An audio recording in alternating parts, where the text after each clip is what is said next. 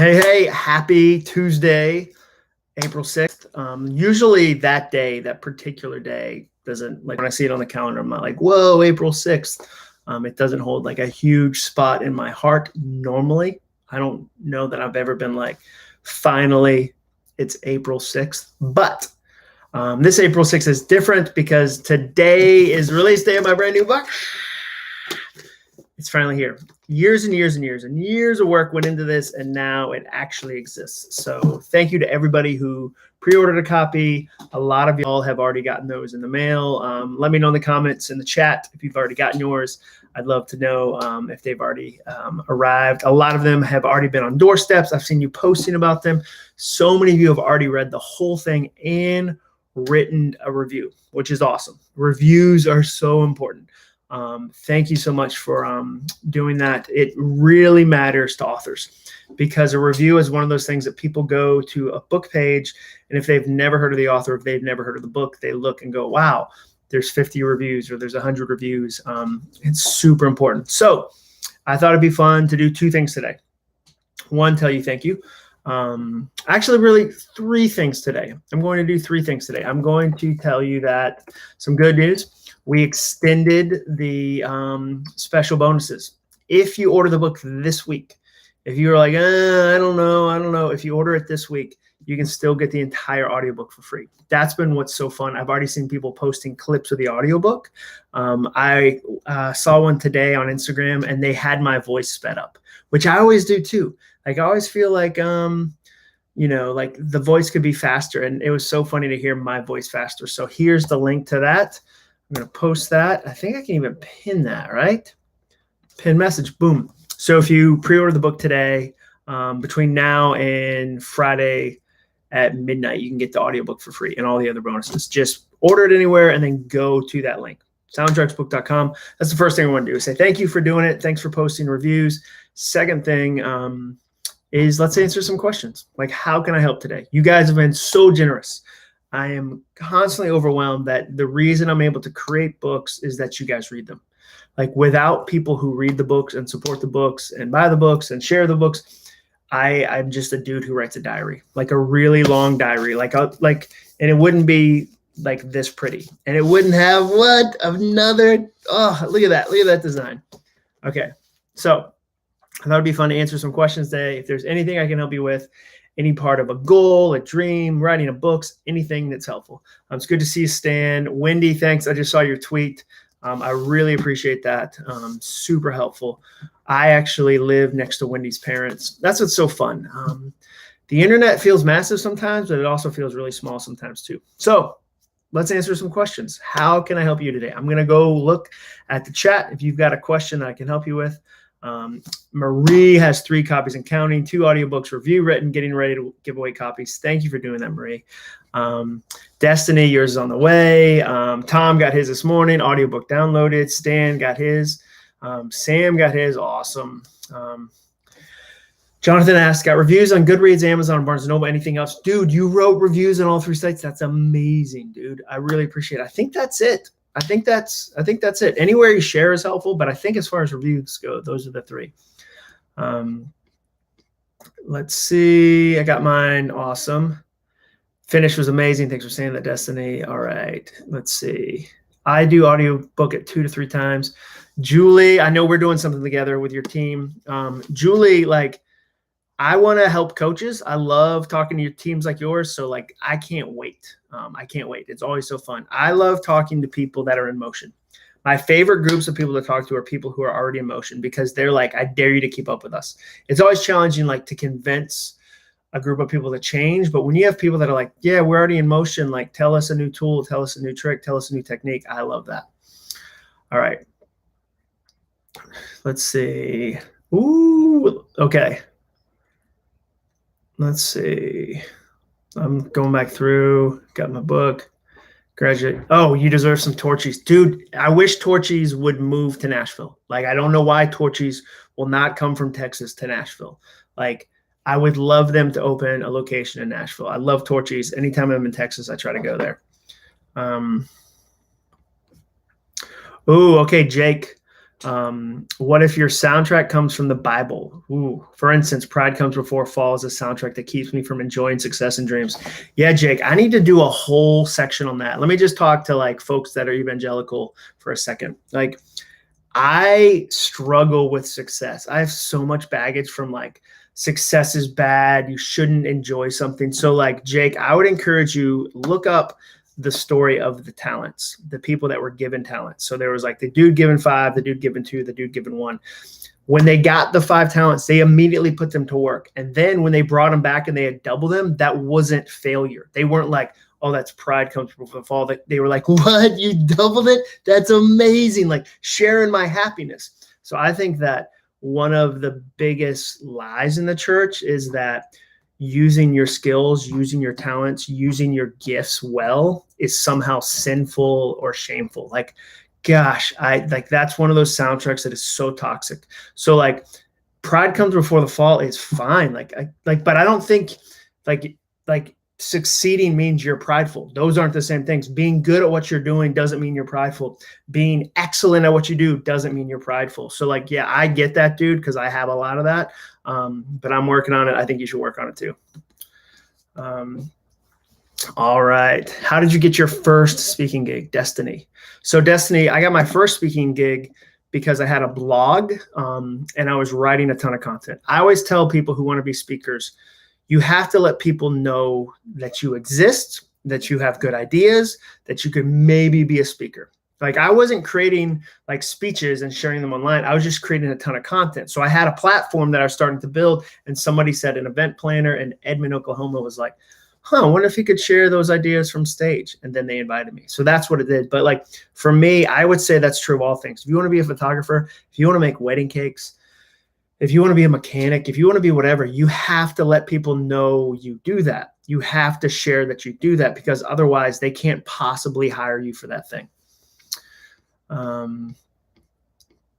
What are those elf running shoes called? Did I bring them back downstairs? I thought they were in this room right now. Let me see if I have them behind the banner. The banner hides a lot of, like, the banner's so big it hides space.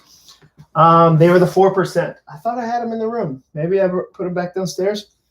The shoes were called the 4%, the Nike like Hyperwear 4%. Totally. 4% is the name. I love them.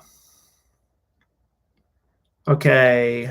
Saw an interesting review that said you write like a public speaker, lots of stories to get to your point. What's your take on that? I like stories. I don't know if that was a negative. Lots of stories to get to my point. Yeah, I like stories. I remember stories. Here's what I'd say to that. Around the campfire, people tell stories, not statistics. Nobody tells a statistic around a campfire. They tell a story. So for me, the best life change is tied to a story. Like when somebody tells me something that was going to help me change my life, if they don't tie it to a story, like it is disappearing. Life is chaotic. But if they tie it to a story, that's sticky. That's really good. That's going to help me change my life. All right. Best way to experience this with a team. Any suggestions for a leader? So best way to experience soundtracks. Yeah, so I'm working on that right now. I'm in the process of creating a team approach. I'm in the stage where I'm working on creating the corporate speech for this, which will be really team focused. So I'll have a ton more ideas about that as I go, Wendy. But I think a big exercise can be, what are the soundtracks this team runs on? Like, what are the soundtracks this project runs on? Even just starting the conversation creates a space where people say, okay, like, we run on last second is best. Okay, we have a last second is best. Or we wait until the deadline to get creative. Like, I think just even having the concept of like, what is our soundtrack? How is it shaping our team? What are we really living against can be really helpful. Had coffee with somebody who wants your book. Awesome. Okay, let's scroll back up. You guys ask great questions. Let's see. All right, I'm scrolling. How do you, Abby? how do you recommend prioritizing goals? Usually I have a lot of goals and have trouble setting prioritization when there isn't a time limit or if they are all helpful goals. So Abby, they can't all be number one. Like they can't all be number one. One of the ways I prioritize goals, and this is just a really practical way, is I put them on a small whiteboard. The problem is, Abby, most people brainstorm their goals instead of prioritizing them. So you get really creative and you brainstorm and just come with like 50,000 things you could do, but you can't possibly do them all. So don't brainstorm your goals, prioritize them. And then the other thing is, I always tell people, don't look for the one perfect thing to do next. Like there's not going to be one perfect thing to do next. Do, what matters most in the moment, but don't go, okay, as soon as I know how to organize my goals perfectly, then I can get them all done. Like I would rather you work on them and maybe pick the wrong thing, but be in motion. So I'm always cautious of when people go, how do I prioritize? Because often they're saying, how do I perfectly prioritize? I just don't think that's possible. All right, Marie, I'm starting my book and it feels like I'm all over the place with ideas. How do I corral the hamster brain and keep the focus moving forward instead of everywhere? Great question, Marie. For me, I let it be everywhere for a period of time. I think your ideas should be everywhere. I think a book is kind of like a funnel. Like you start with all these ideas at the top and there's just things that are unrelated and it's kind of just all over the place. And then as you go, it gets really, really, really, really, really, really, really focused. But at the top, it should be all over the place. So one, I wouldn't feel bad about that at all. But I set a time limit for that. Okay, here's where I'm collecting the ideas. I'm writing about a bunch of things, and then I start to shape them. And go, what are the 7 main ideas? What's the number one overall like umbrella idea? Okay, overthinking is the umbrella. What are the things I think will help with the umbrella, like that kind of fit under there? But it's a process. So don't apply final draft kind of boundaries on a first draft. Like the final draft should be tight. The final draft should be able to, like every story should be able to answer, what does this have to do with the main point? What does this have to do with the main point? The initial draft doesn't have to answer that question. All right. Received 2 copies of a book from Amazon. Is delayed. Yeah, Amazon had some delays this morning, but they've been fixed. So, woo, thank goodness. That was a real woo. How do I get started writing a book? I feel like I'm going to write. I started a blog at the beginning of the year to help my writing. Dana. So, it just depends on what you want to write. So here's what I'd say. We tend to romanticize the idea of a book. Like we're like, oh, it's a book. Like a blog is just a blog, or a podcast is a podcast, or a speech is a speech, but a book. So take away some of the pressure of that.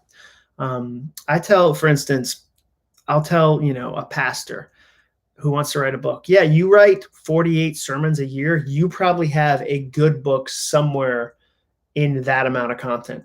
So one way that you write a book is you start creating a lot of content. You start generating a lot of content. Jerry Seinfeld says about comedy that comedy is a game of tonnage, like tons and tons of words. So it's a game of tonnage. So if it were me, Dana, and I wanted to write a book, I would take the pressure away of the book. I would focus on just, okay, I'm going to write. I'm going to create a bunch of ideas and then see if there's a book in there. All right, Megan.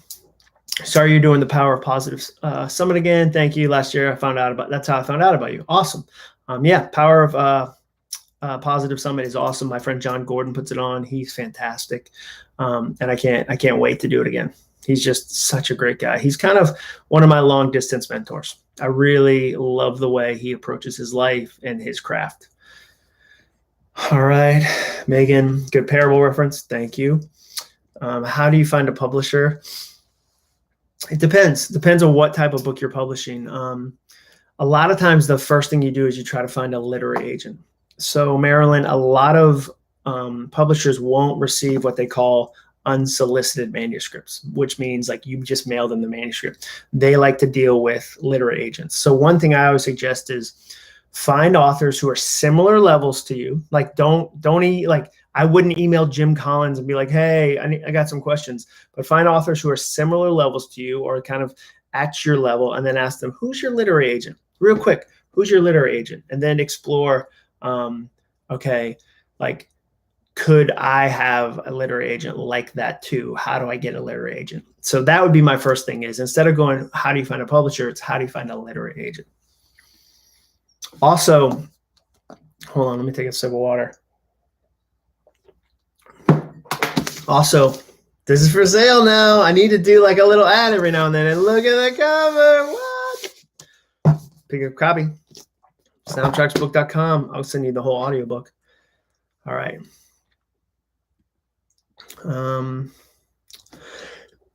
Yeah, Jake, it was a good question. I'm going to work on that. Like, I kind of feel like, here's what I'm thinking. I kind of feel like I want to do a series of mini books with soundtracks related to certain topics. Like, I think it would be dope to have like a 90-day soundtrack on parenting, 90 days of soundtracks on faith, 90 days of soundtracks on money, 90 days of soundtracks on health, because then you could really go, okay, I've got a health goal, like, and these things keep getting in my way. What's a soundtrack that'll help me make my health goal actually easy? I think that'd be kind of a fun project.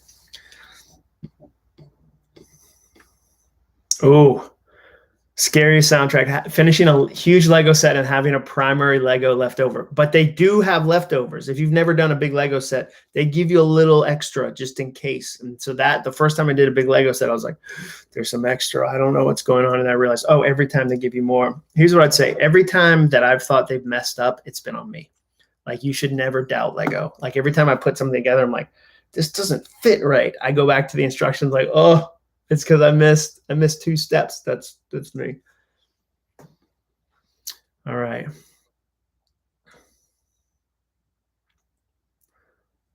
Troy, I agree. We focus on the one who buried it and squandered it. That's a good point. Jody, I'd love to hear more about finding and working with a literary agent. Yeah. So, I mean, that's my best advice. So, like, there's a book called The Writer's Market, which has tons of literary agents in there. So again, like, here's the questions, Jody. Anybody who wants to be a writer, here's the questions that a publisher or a literary agent is going to ask. Number 1, can they write? Can this person write? Are they a good writer? So if right now you're like, I don't know if I'm a good writer, work on your writing, work on your craft, work on your craft. I remember Anne Lamott, who wrote Bird by Bird, best book on writing, in my opinion. Bird by Bird, Anne Lamott. She said that when she teaches writing courses, the first question people ask is, how do I get published? How do I get published? How do I get published? And she was kind of like, I wish they'd ask, how do I become a better writer?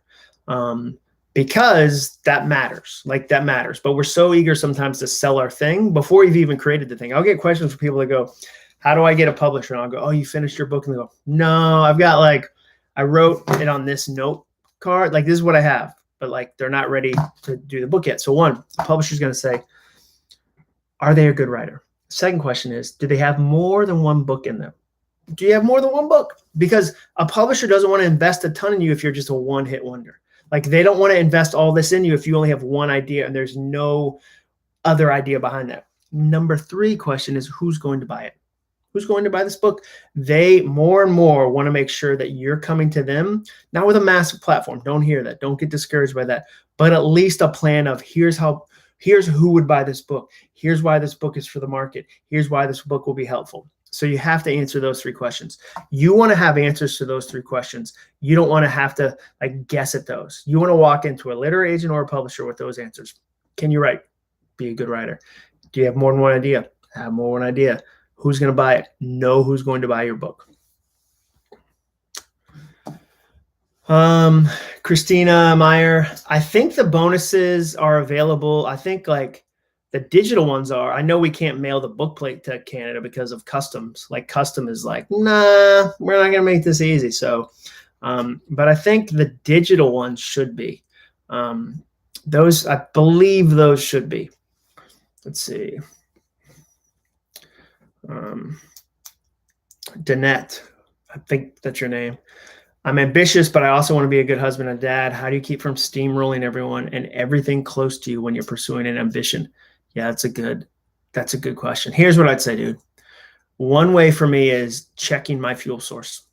Checking my fuel source. Like, I really had to learn that. I talk about that in soundtracks, that I needed a new fuel source because I was kind of running on crisis mode or like raw ambition mode, and I was just being a jerk.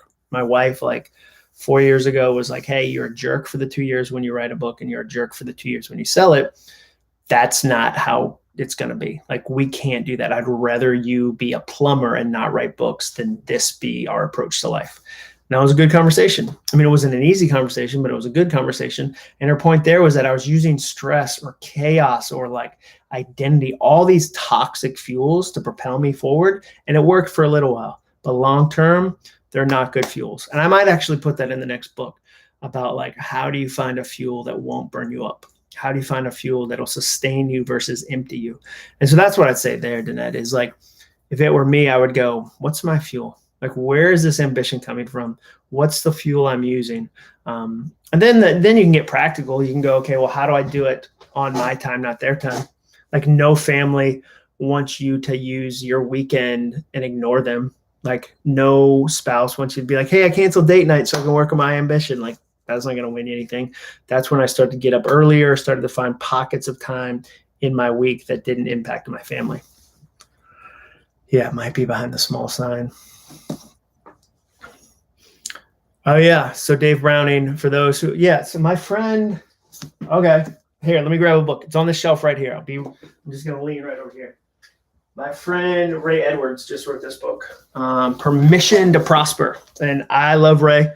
We've been in a men's group together for about 2 years. And so this is another one that I'm going to read about, like, it's okay to do well at what you do. Like, I don't know where we got this idea that it's not okay or that using your gifts is a bad thing. All right. Those shoes have blood in them. They don't have blood in them, Ruth. That's a funny reference.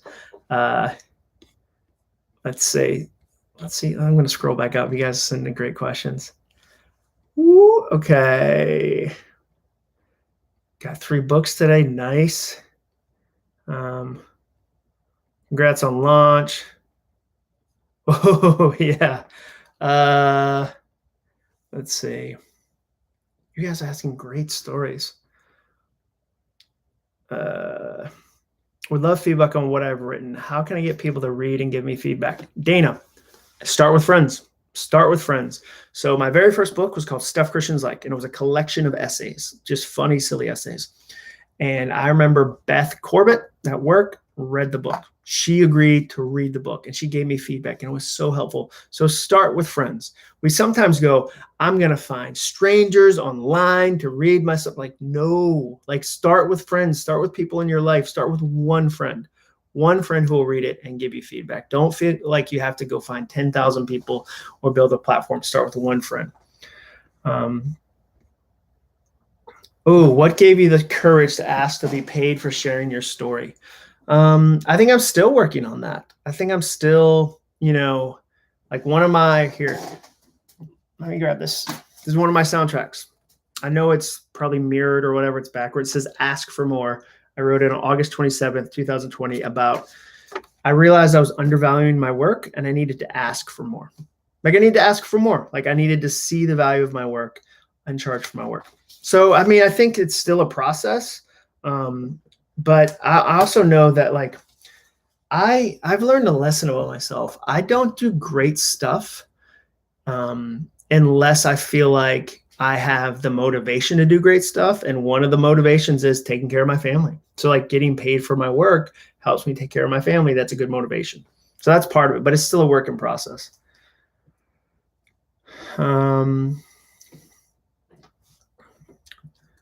Cheryl, we are retiring and I'm stuck about getting our house ready for sale. The certain changes with the new time of life leaves me oscillating. Any ideas to change my soundtracks for moving on? Yeah, so this feels like a reduce the pressure.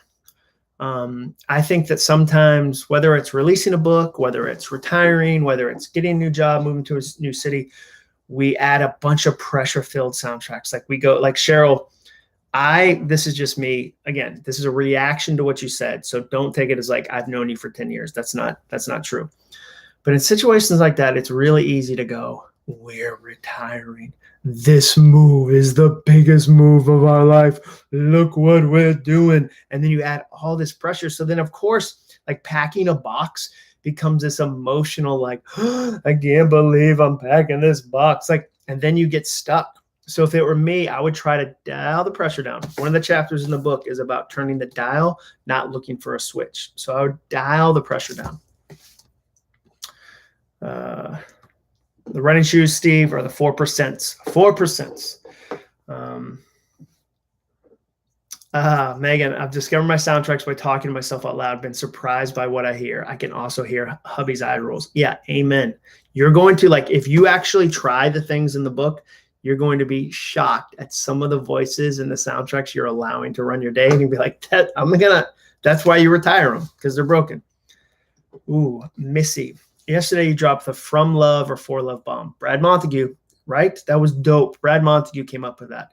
It was the idea of, are you creating from love or for love? From love is when you create something because you have to create it. Like, you got to get it out in the world. Like, you're creating it from love. You can't wait to get it out.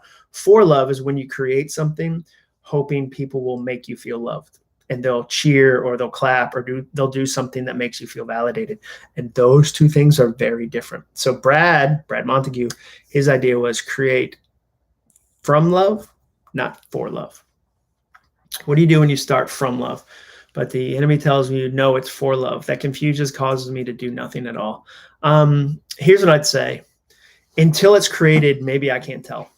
Like, give yourself a chance to actually create something. I think one of the worst broken soundtracks we listen to is the one that tells us that's dumb. Nobody will like that. You shouldn't be creating that before we've even created it. We've all had this. Like, have you ever not written down an idea?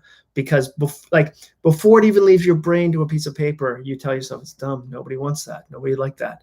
And you stop. That's a broken soundtrack. So if it were me, I would at least get the thing created. I would at least get the thing created so that I could even understand what it was. It's impossible, in my opinion, to really know what a thing is until it actually exists. And like, a book version of that is you never end up writing the book you start writing. The book always takes you in places you're not expecting. And I think that's true of anything you create. So I would just create something, even if it's small. Thank you for the congrats on the launch. Let's see. Don't apply final draft boundaries on the first draft. Yeah, I hope that helps, Marie. All right. Do you have a book club suggested outline? No, I mean, I guess for me, I've personally, book club wise, like if I was going to outline this book club wise, I would split it up 2 chapters. There's 10 chapters total and a conclusion. Julie, if I was going to do a book club, I would do it 2 chapters a time, 5 weeks, and we out. 2 chapters a time, 5 weeks. That'd be easy because the chapters aren't super long. That's what I would do. Got 3 books today. Dean, nice. I love that. Yeah, I read along with the audiobook. Have you guys done that? Where like you read a book and then you have the audiobook going at the same time? Like, that is my jam, dude. That's why it's awesome. You get the free audiobook this week if you order.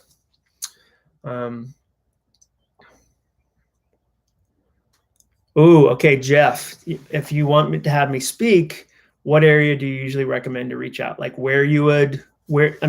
reach out to have me speak? I mean, anybody from your company can reach out. It's acuff.me. Let me give you the link to that because that's my favorite question. I think it's acuff.me/speaking. Let's see, buddy. Let's see.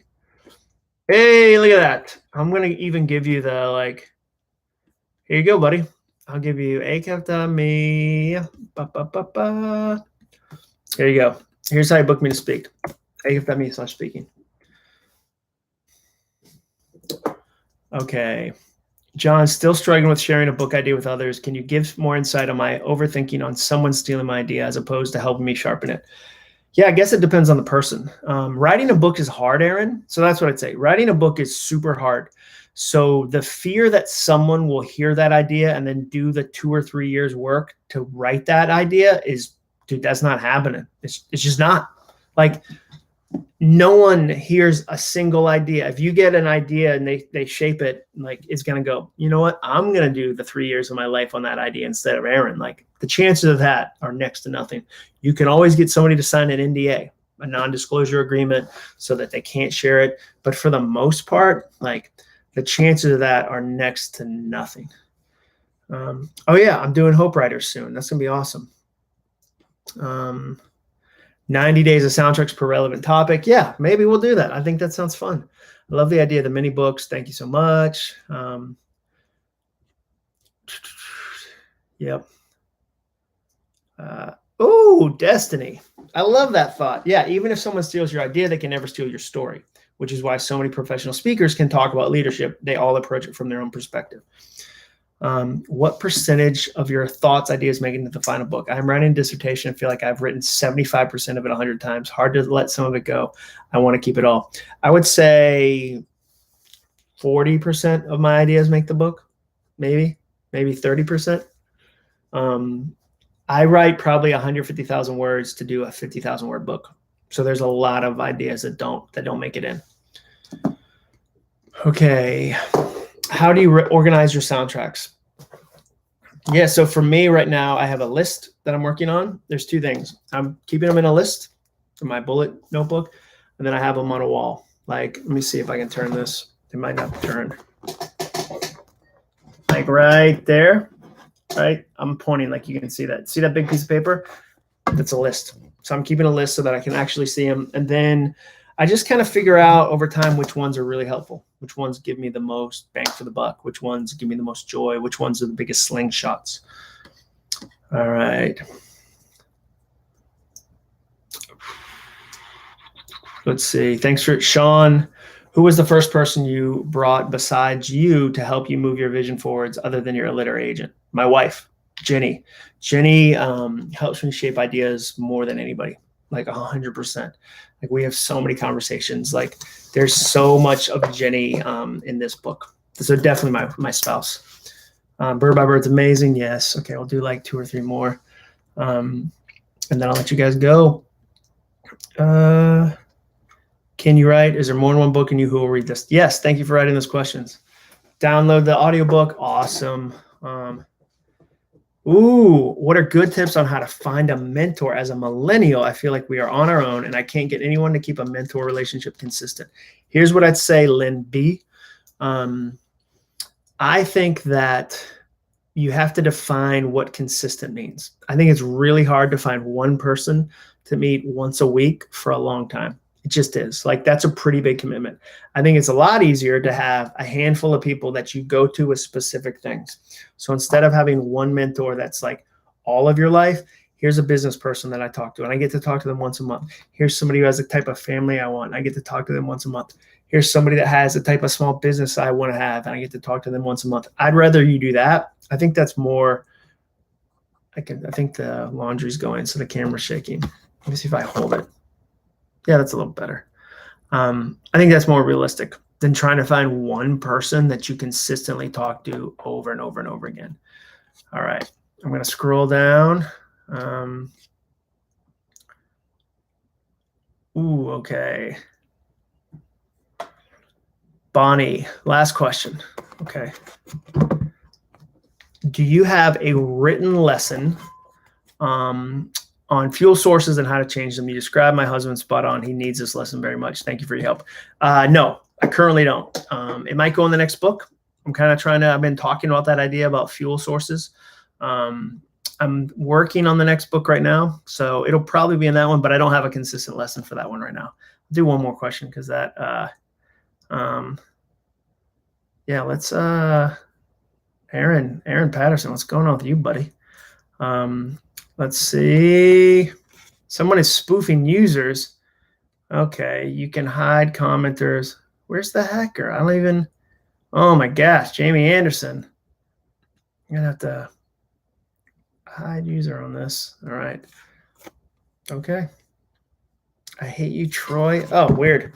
Weird that somebody had hacked this. Like, what a very specific thing to hack.